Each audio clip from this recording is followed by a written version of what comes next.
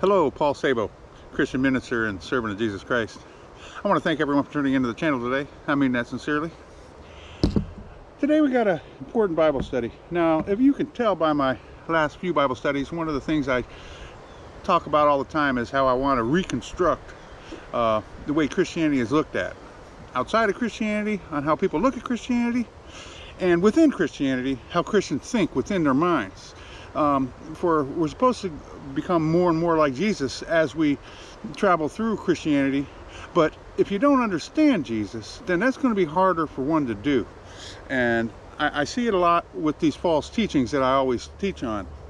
Now today what we're going to talk about, as you can tell by the name of the video, is how to love and hate like Jesus.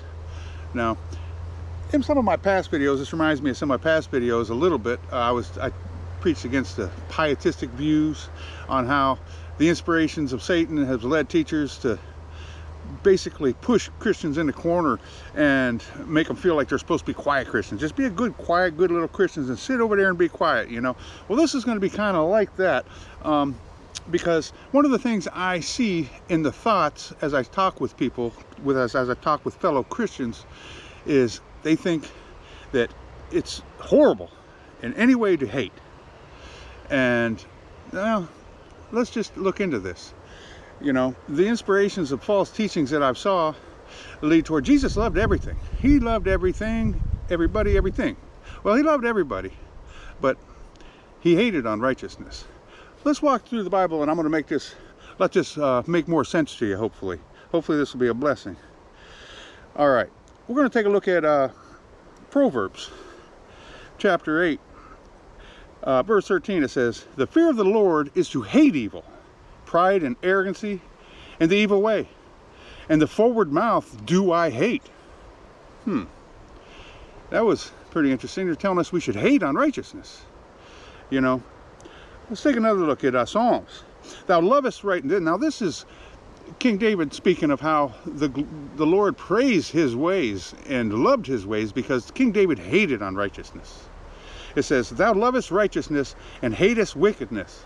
Therefore God, thy God, hath anointed thee with the oil of gladness above thy fellows." King David was one of the main reasons that he was gladly anointed was because of his hate for unrighteousness.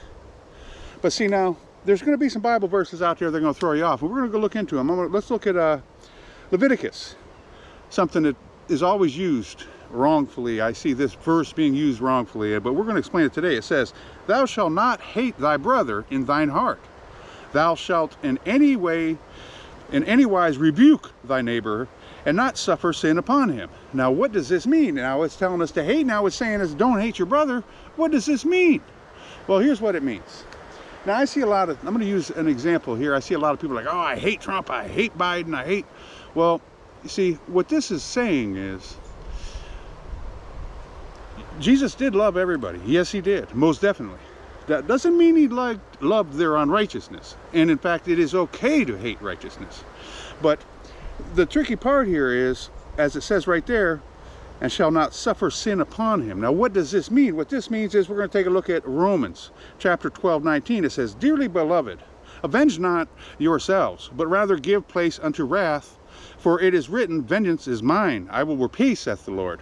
See, here's how it works. It's okay to hate. It's okay not hate people, but it's okay to hate their unrighteousness. But realize that many people are blinded from Satan. They're inspired by Satan. Chances are, if you were in Biden or Trump's shoes, or whoever you hate, you would be no different if you were under their inspirations, their lifestyles, or walked in their shoes. But understand, the reason their unrighteousness is there is because of the inspirations and the ways of Satan amongst them. But so even though you hate them, it's okay to hate them. Not them, but hate their unrighteousness. But don't go trying to put wrath on them. You know, whether if your neighbor, you know, does something, you can hate his bad ways.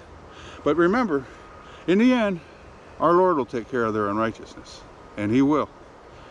So that's part of having faith, is sometimes you just got to take a punch and realize that our Lord will make it right in the end.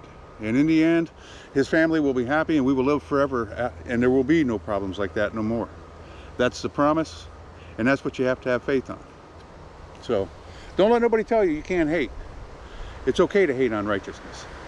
Just don't hate the doers of it unless you're hating Satan's ways, the ways of Satan, you know, because that's how Jesus loved and hated.